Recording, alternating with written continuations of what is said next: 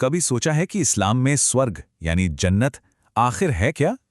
देखिए, ये सिर्फ एक जगह नहीं है, बल्कि एक बहुत गहरा वादा है। तो चलिए, आज हम इसी जन्नत के सही मतलब और इसके महत्व को कुरान और हदीस की रोशनी में समझने की कोशिश करते हैं। तो आज हम क्या क्या देखने वाले हैं। सबसे पहले हम ये समझेंगे कि जन्नत की सबसे बुनियादी परिभाषा क्या है। फिर हम उन कमाल के विवरणों में उतरेंगे जो हमारी कल्पना से भी परे हैं।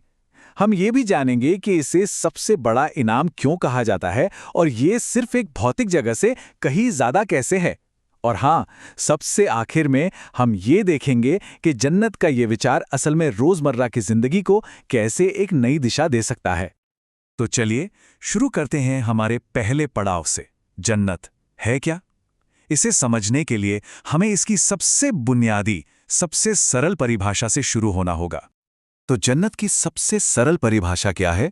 इस्लाम में जन्नत को शांति और खुशी का वो हमेशा रहने वाला घर माना जाता है जिसका वादा अल्लाह ने उन लोगों से किया है जो ईमान और अच्छे कर्मों के रास्ते पर चलते हैं।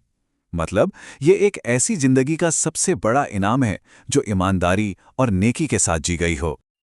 अच्छा, अब जब हम जानते हैं कि जन्नत क्या है, तो चलिए थोड़ा और गहराई में उतरते हैं। देखिए, हमारा इंसानी दिमाग जन्नत की पूरी सच्चाई की कल्पना तो कर ही नहीं सकता, लेकिन कुरान और हदीस हमें कुछ झलकियां जरूर देते हैं, और यकीन मानिए ये झलकियां हैरान कर देने वाली हैं। तो आइए देखते हैं कि वो क्या है। कुरान जन्नत की एक ऐसी तस्वीर पेश करता है जो सुकून और खूबसूरती से भरी है। जरा सोचकर देखिए, ऐसी नदियां जो कभी सूखती नहीं, ऐसे बाग जिनकी हरियाली हमेशा रहती है, आलीशान महल और एक ऐसा आराम जहां किसी तरह की कोई थकान ही नहीं है। ये एक ऐसी दुनिया है जहां सिर्फ और सिर्फ शांति और सुंदरता है। लेकिन ये खूबसूरत तस्वीरें भी पूरी कहानी नहीं बताती। पैगंबर मोहम्मद सल्लल्लाहु अलैहि वसल्लम की एक मशहूर हदीस इस राज को और भी गहरा कर देती है। वो कहती है कि जन्नत में वो सब कुछ है जिसे न कभी किसी आंख ने देखा, न किसी कान ने सुना और न ही किसी इंसान के दिल में उसका ख्याल आया। इसका सीधा सा मतलब ये है कि जन्नत की असलियत हमारी सोच, हमारी कल्पना हर सीमा से परे है। तो क्या जन्नत सबके लिए एक जैसी है? इस्लामी रिवायात के मुताबिक नहीं। जन्नत सिर्फ एक इनाम नहीं है, बल्कि एक ऐसा इनाम है जिसके कई लेवल्स हैं, और हर लेवल किसी के कर्मों पर तय होता है।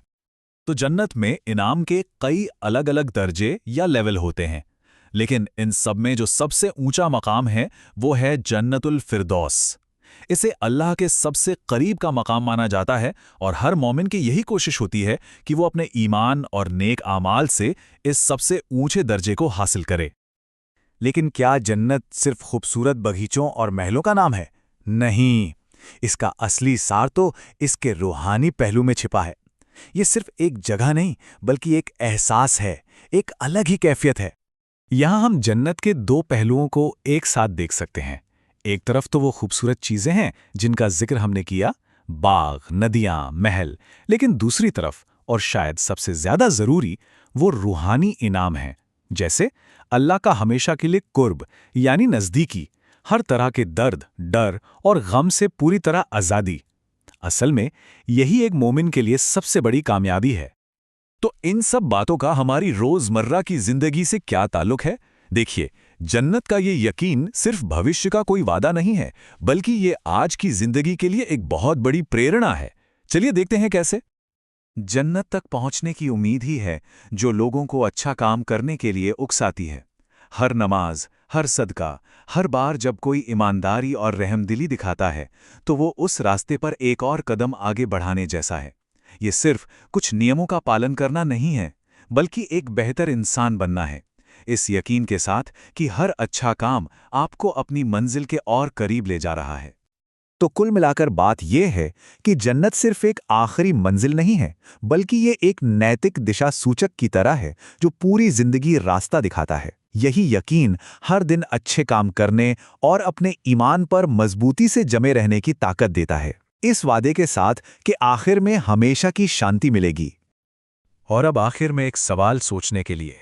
जरा सोचिए, जब किसी के सामने सबसे बड़े इनाम की इतनी साफ तस्वीर हो, तो वो अपनी जिंदगी को कितने मकसद और कितने गहरे मायनों के साथ जी सकता है।